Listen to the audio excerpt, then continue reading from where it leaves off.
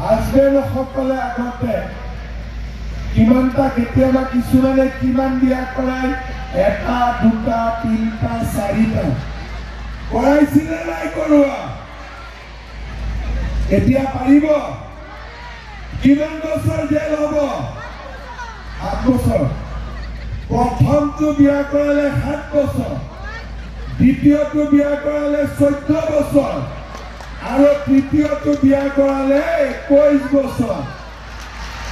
ভাল হ'বনে বেয়া হ'ব? এতিয়া ঘৰত গৈ হাজবেণ্ড বিলাকক ক'ব যে মোক লৈ থাকিব লাগিব, বেলেগ নহ'ব আৰু। বেলেগ হ'লে মামাই জেলত লৈ যাব। ভাল হ'বনে বেয়া হ'ব? এতিয়া আৰু এটা কথা মই কওঁ, মইতো ক'লো যে 10,000টো 25 হ'ব, 25টো 50 হ'ব, কিন্তু বাচ্চা যদি 3টাৰ পৰা 4টা হৈ যায় তেতিয়াতো নহ'ব। এইটো কথা গম পাইনে নাই আপোনালোকে? এতিয়া কিছুমানে মোক কয়, মামা বাচ্চাটো আমি নিদিওঁ, আল্লাহে দি দিয়ে। তেতিয়া মই সুধিলো যে আল্লাহ দেখা পাইছিলে নেকি? বোলে নাই পোৱা। বোলে আল্লাহ দিয়া বুলি কেনেকে গম পালে? গাঁৱৰ মানুহবিলাকে কৈছে। তেতিয়া মই মানুহজনীক বুজালো যে গাঁৱৰ মানুহে বাচ্চা জন্ম দিব পাৰে নেকি? গিৰিয়েক ঘৈণীয়েকে কথা পাতিলেহে বাচ্চা জন্ম হ'ব, নহ'লেতো বাচ্চা জন্ম নহয়। গতিকে ইয়াতে আল্লাহ কান্দিব নালাগে। আমি 3টাতকৈ বেছি বাচ্চা হ'লে পঢ়া শুনা কৰোৱাব লাগিব, ডাঙৰ মানুহ কৰোৱাব লাগিব, লাখপতি দিদি হোৱাৰ সময় ক'ত পাম? ঠিক কৈছোনে নাই মই? তেতিয়াহ'লে এতিয়া মই আপোনালোকক কি ক'ম, 10ৰ পৰা 25লৈকে, 25ৰ পৰা 50লৈকে পাছ কৰিবৰ কাৰণে কিন্তু বাচ্চা 3টাই থাকিব লাগিব। বাচ্চা কিন্তু 4টা হ'ব নোৱাৰিব। হ'বনে নহ'ব? 2টা বুলি ক'লে কোনোবাই মোক বেয়া পাব পাৰে, সেইকাৰণে মই 3টা কৈ দিছো। 3টাতকৈ বেছি আজিৰ দিনত নালাগে, নে লাগে?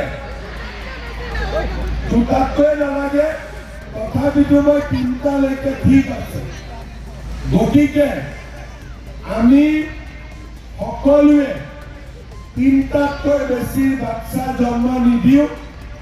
আৰু আমাৰ গিৰিয়েকসকলে যদি দ্বিতীয়বাৰ বিয়া কৰাব খোজে, মামাক লগে লগে কমপ্লেইন দিম। এতিয়া এটা মই নম্বৰো দিম, যেনেকে 108 আছে তেনেকে 114 নম্বৰ এটা দিম, যাতে মহিলাসকলে মনে মনে মোক ফোন কৰিব পাৰে। ভাল হ'বনে বেয়া হ'ব? কাৰণ যদি জানাকৈ ফোন কৰে ঘৰত গণ্ডগোল হ'ব পাৰে। নাজানাকৈ লাহেকৈ নামটো ক'ব নালাগে, নিজৰ নামটো খালি ফোন কৰি ক'লে হ'ল অমুকে দ্বিতীয় নিকাহ কৰাৰ কাৰণে চেষ্টা কৰিছে, তাৰ বিয়া জেলতে পাতিব। ভাল হ'বনে বেয়া হ'ব? আপোনালোকে সকলোৱে ধুনীয়াকৈ চেষ্টা কৰিব। আমি 10,000ৰ পৰা 25,000 প্ৰমোচন পাব লাগিব। 25ৰ পৰা 50,000 আমি পাব লাগিব। আৰু তাৰ কাৰণে সকলোৱে ধুনীয়াকৈ এই টকাখিনি খৰচ কৰিব। মই আকৌ এবাৰ আপোনালোক সকলোকে ধন্যবাদ জনাইছো।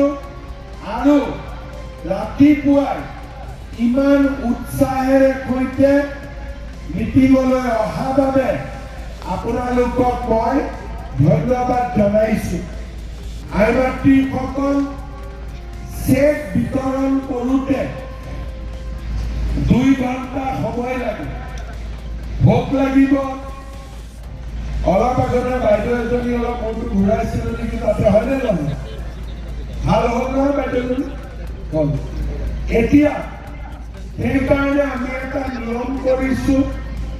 প্ৰথমতে আমি ভিঅ বাইদেউসকলক চেকখিনি দি দিম। গোটৰ সভানেত্ৰী কোন কোন আহিছে হাত দাবকচোন।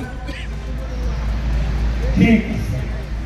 গোটৰ সভানেত্ৰীসকলে কাউণ্টাৰলৈকে যাব আৰু ভিঅ বাইদেউসকলৰ পৰা চেকখন লৈ ল'ব আৰু সভানেত্ৰীগৰাকীয়ে চেকখন ইয়াতে বিলাই দিব। যদি ঘৰত যায় চেক, আকৌ চেক লওঁতে আপোনালোকে 200-300 টকা ভৰিব লাগিব, হয়নে নহয়? সেইকাৰণে ইয়াতে ধুনীয়াকৈ বহি থাকিব। আমি আপোনালোকক চেক ইয়াতে দিয়াৰ ব্যৱস্থা কৰিম। আমাৰ ভিঅ বাইদেউসকল আছে, হাতে ৰখচোন কোন কোন ভিঅ বাইদেউসকল বেছি হ'বনে? কোনখন ভিঅসকল ক'ত আছে?